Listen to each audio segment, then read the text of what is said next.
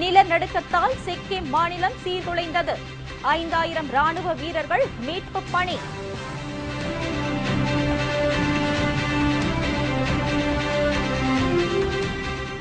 திருச்சி மேற்கு தொகுதி இடைத்தேர்தல் முதல் நாளில் சுயேட்சை வேட்பாளர் மனு தாக்கல்.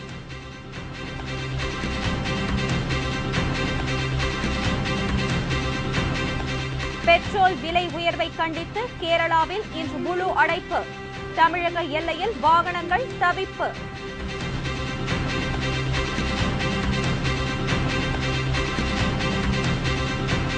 தனி தெலுங்கானா கோரி ஆந்திராவில் போக்குவரத்து ஊழியர்கள் வேலைநிறுத்தம். மக்களின் இயல்பு வாழ்க்கை பாதிப்பு.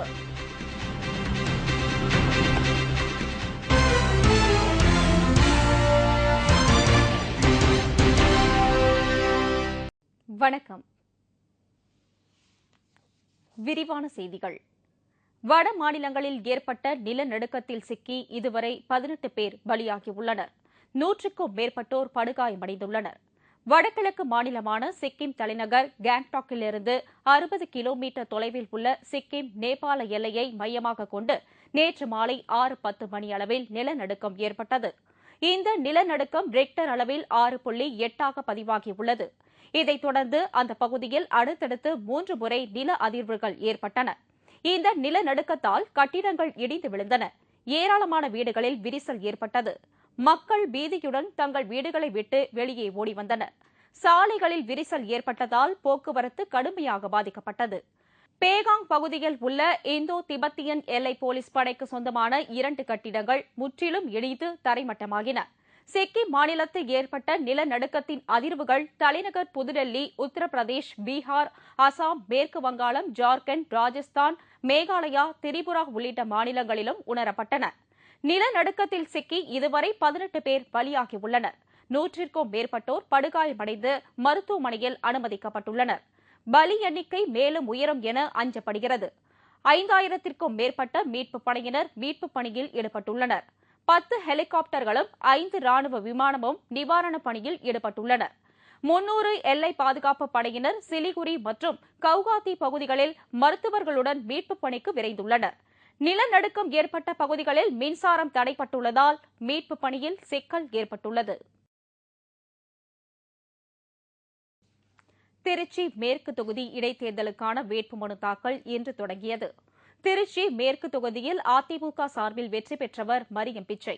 சுற்றுச்சூழல் அமைச்சராக இருந்த இவர் சாலை விபத்தில் காணாமலை அடுத்து அங்கு இடைத்தேர்தல் அறிவிக்கப்பட்டது. அக்டோபர் மாதம் 13ஆம் தேதி வாக்குப்பதிவு நடைபெறும். இந்த இடைத்தேர்தலுக்கான வேட்புமனு தாக்கல் இன்று காலை தொடங்கியது. மேட்டூரை சேர்ந்த பத்மராஜன் என்பவர் இன்று காலை வேட்புமனு தாக்கல் செய்தார். இவர் பல தேர்தல்களில் போட்டியிட்டவர் என்பது குறிப்பிடத்தக்கது. வேட்புமனு தாக்கல் செய்ய இம்மாதம் 26ஆம் தேதி கடைசி நாள். இதையடுத்து 27ஆம் தேதி வேட்புமனுக்கள் பரிசீலிக்கப்பட்டு மனுக்களை வாபஸ் பெற இம்மாதம் 29ஆம் தேதி கடைசி நாள். இதைத் தொடர்ந்து 29ஆம் தேதி மாலை வேட்பாளர் இறுதிப் பட்டியல் வெளியிடப்பட உள்ளது.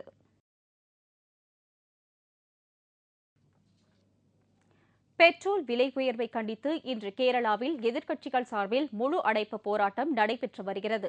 இதனால் போக்குவரத்து அடியோடு நிறுத்தப்பட்டுள்ளது. அண்மையில் எண்ணெய் நிறுவனங்கள் பெட்ரோலின் விலையை உயர்த்தியதை கண்டித்து நாடு முழுவதும் பலத்த எதிர்ப்பு கிளம்பியது.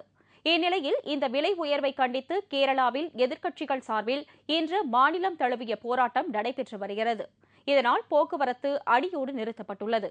கடைகள் மூடப்பட்டுள்ளதால் மக்களின் இயல்பு வாழ்க்கை பெரிதும் பாதிக்கப்பட்டுள்ளது. தமிழகத்திலிருந்து கேரளாவிற்கு செல்லும் அனைத்து பேருந்துகளும் தமிழக கேரள எல்லைகளில் நிறுத்தி வைக்கப்பட்டுள்ளன. இன்று மாலை 6 மணி வரை நடைபெறும் இந்த போராட்டத்தினால் அரசிற்கு 108 கோடி ரூபாய் இழப்பு ஏற்படும் என அம்மாநில முதலமைச்சர் உம்மன் சாண்டி தெரிவித்துள்ளார். ஆந்திர மாநிலத்தில் உள்ள 10 மாவட்டங்களைச் சேர்ந்த அரசு போக்குவரத்து கழக தொழிலாளர்கள் வேலை நிறுத்தத்தில் ஈடுபட்டுள்ளதால் அங்கு பெரும் பதற்றம் நிலவி வருகிறது. ஹைதராபாத் உள்ளிட்ட 9 மாவட்டங்களை பிரித்து தனி தெலுங்கானா மாநிலம் அமைக்க கோரும் கோரிக்கை நாளுக்கு நாள் வலுத்து வருகிறது. உஸ்மானிய பல்கலைக்கழக மாணவர்கள் மட்டுமின்றி சுரங்க ஊழியர்கள் மற்றும் அரசு ஊழியர்கள் என பல்வேறு தரப்பினரும் இந்த போராட்டத்தில் ஈடுபட்டு வருகின்றனர். இந்நிலையில் இன்று போக்குவரத்து ஊழியர்கள் வேலைநிறுத்த போராட்டத்தில் ஈடுபட்டு வருகின்றனர். இதனால் மக்களின் இயல்பு வாழ்க்கை பெரிதும் பாதிக்கப்பட்டுள்ளது. போராட்ட குழுவினருடன் பேச்சுவார்த்தை நடத்த முதல்வர் கிரண்குமார் ரெட்டி தெலுங்கானா பகுதிக்கு குழு ஒன்றை அனுப்பியுள்ளார். குஜராத் முதல்வர் நரேந்திர மோடியின் உண்ணாவிரதம் இன்று முடிகிறது. அமைதி, மத நல்லிணக்கத்தை பலப்படுத்தும் வகையில் 3 நாள் உண்ணாவிரதம் இருக்கும் குஜராத் முதல்வர் நரேந்திர மோடிக்கு இந்தியா மட்டுமல்லாமல் அமெரிக்காவில் இருந்தும் ஆதரவு பெருகி வருகிறது. இந்நிலையில் அமெரிக்காவின் மூத்த அரசியல்வாதியான கென்னத் கத்சவ் மோடி உண்ணாவிரதம் இருக்கும் குஜராத் பல்கலைக்கழகத்தின் அரங்கத்திற்கு வந்து அமெரிக்காவின் சார்பில் ஆதரவை தெரிவித்துள்ளார். And I'm here to pay my respects to the Chief Minister. We have something in common. The first visit to the Chief Minister Modi to the United States was as a delegate of the American Council of Young Political Leaders. My first visit to India in 1987 was as a delegate of the American Council of Young Political Leaders to India.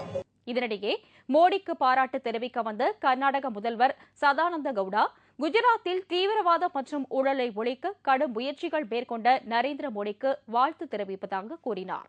Practically, I have come over here to give the best wishes from the people of Karnataka, the mission taken by our Narendra Modi.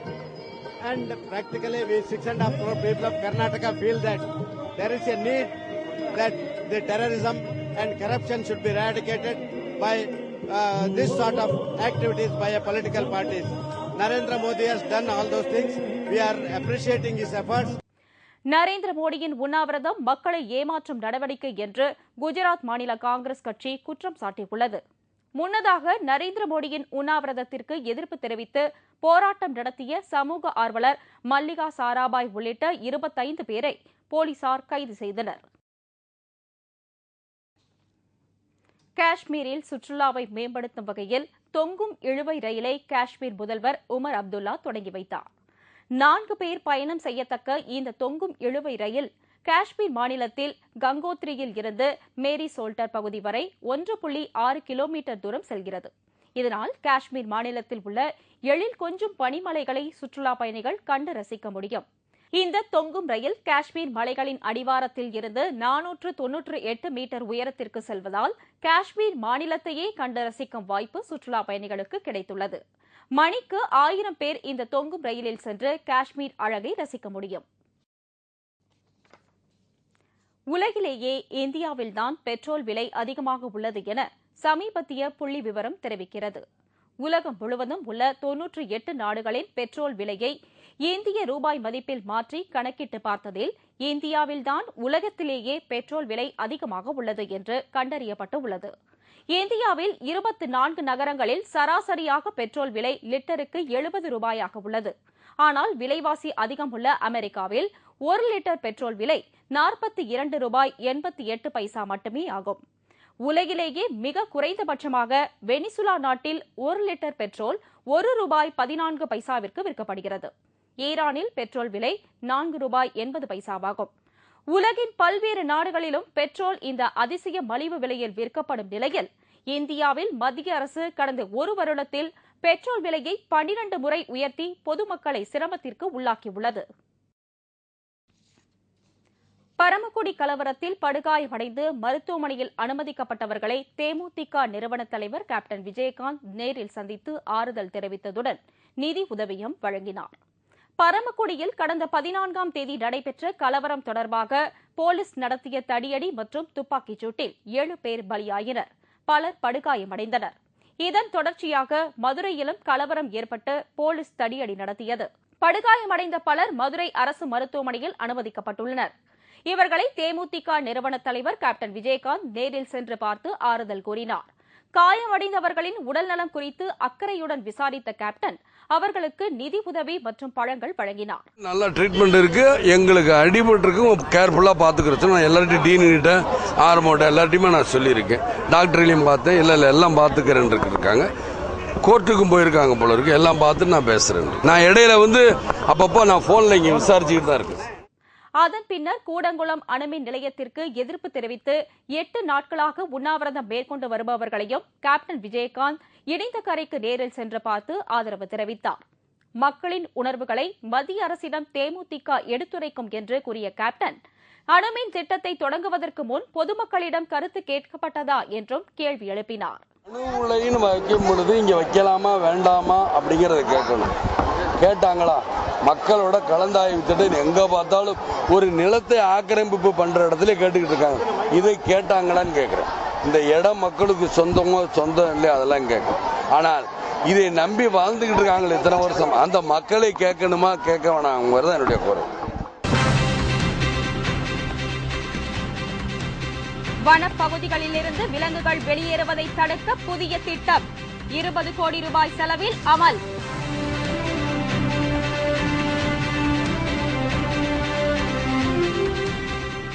Salem அருகே நெடுஞ்சாலை பணியில் ஈடுபட்டிருந்தவர்கள் மீது lorry மோதி விபத்து. 3 பேர் பலி, 5 பேர் படுகாயம். மற்றும் பல செய்திகள் விளம்பர இடைவேளைக்கு பிறகு.